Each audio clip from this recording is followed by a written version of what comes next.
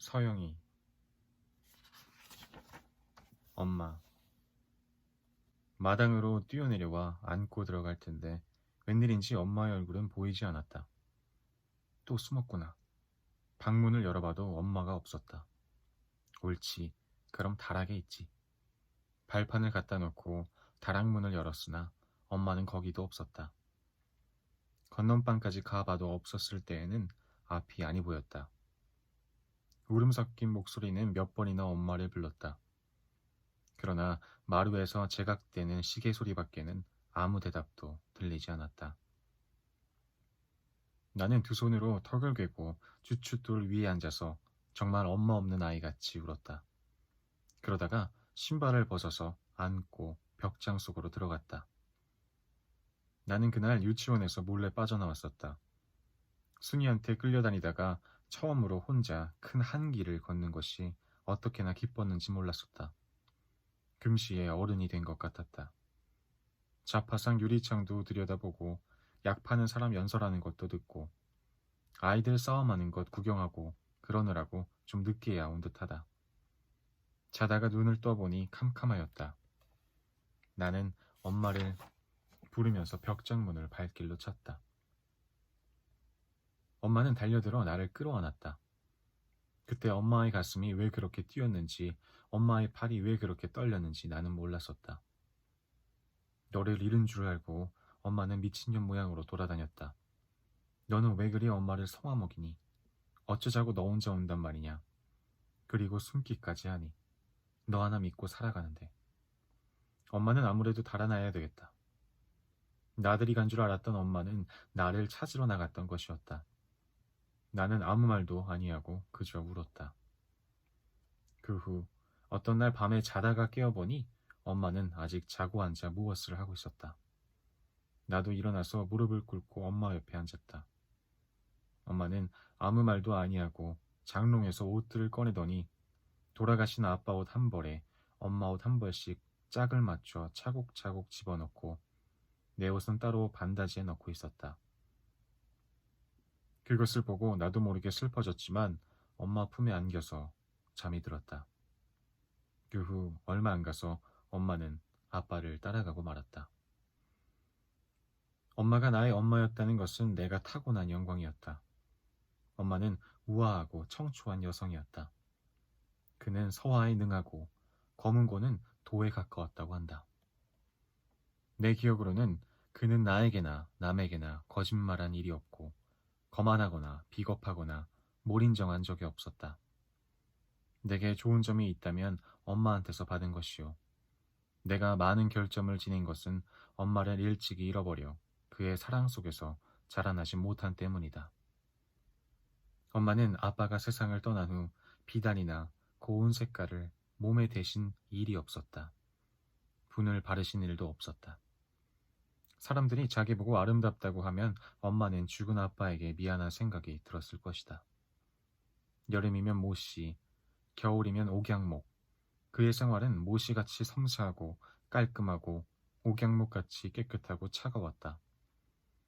황진이처럼 멋있던 그는 죽은 남편을 위하여 기도와 고행으로 살아가려고 했다. 폭포 같은 마음을 지닌 채 호수같이 살려고 애를 쓰다가 바다로 가고야 말았다. 엄마가 이 세상에서 마지막으로 한 말은 내 이름을 부른 것이었다. 나는 그 후 외지로 돌아다니느라고 엄마의 무덤까지 잃어버렸다. 다행히 그의 사진이 지금 내 책상 위에 놓여 있다. 30시대에 세상을 떠난 그는 언제나 젊고 아름답다.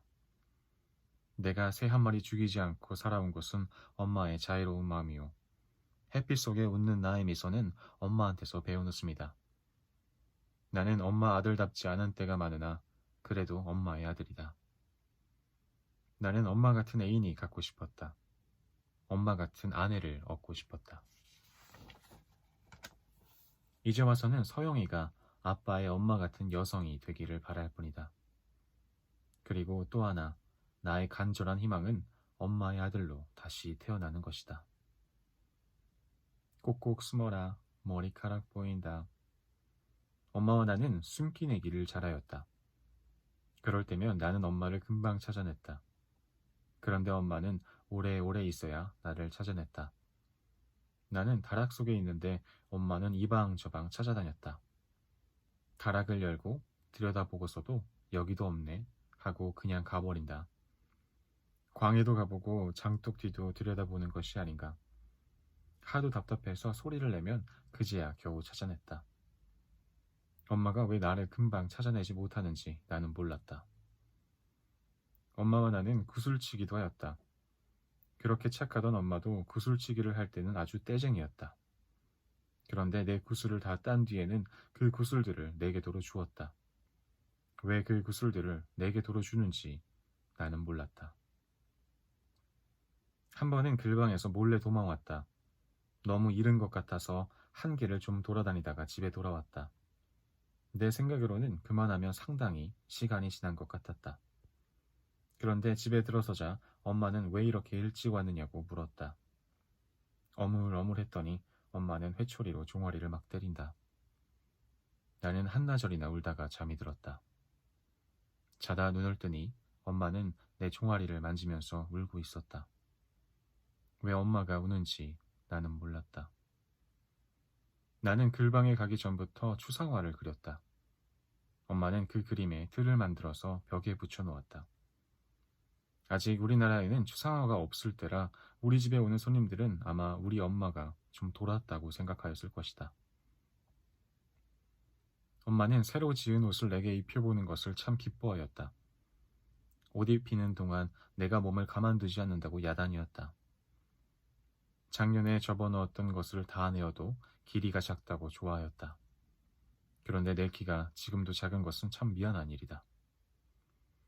밤이면 엄마는 나를 데리고 마당에 내려가 별 많은 하늘을 쳐다보았다. 북두칠성을 찾아 북극성을 가르쳐 주었다. 은하수는 별들이 모인 것이라고 일러주었다. 나는 그때 그것을 이해할 수가 없었다. 불행히 천문학자는 되지 못했지만 나는 그 후부터 하늘을 쳐다보는 버릇이 생겼다. 엄마는 나에게 어린 왕자 이야기를 하여 주었다. 나는 왕자를 부러워하지 않았다. 전복을 입고 복권을 쓰고 다니던 내가 왕자 같다고 생각하여서가 아니라 왕자의 엄마인 황후보다 우리 엄마가 더 예쁘다고 믿었기 때문이었다. 그렇게 예쁜 엄마가 나를 두고 달아날까봐 나는 가끔 걱정스러웠다. 어떤 때는 엄마가 나의 정말 엄마가 아닌가 걱정스러운 때도 있었다. 엄마가 나를 버리고 달아나면 어쩌느냐고 물어보았다. 그때 엄마는 3번이나 고개를 흔들었다. 그렇게 영영 가버릴 것을 왜 3번이나 고개를 흔들었는지 지금도 나는 알 수가 없다. 오늘은 여기까지 읽겠습니다. 오늘도 수고하셨습니다. 감사합니다. 안녕히 주무세요. 잘 자요.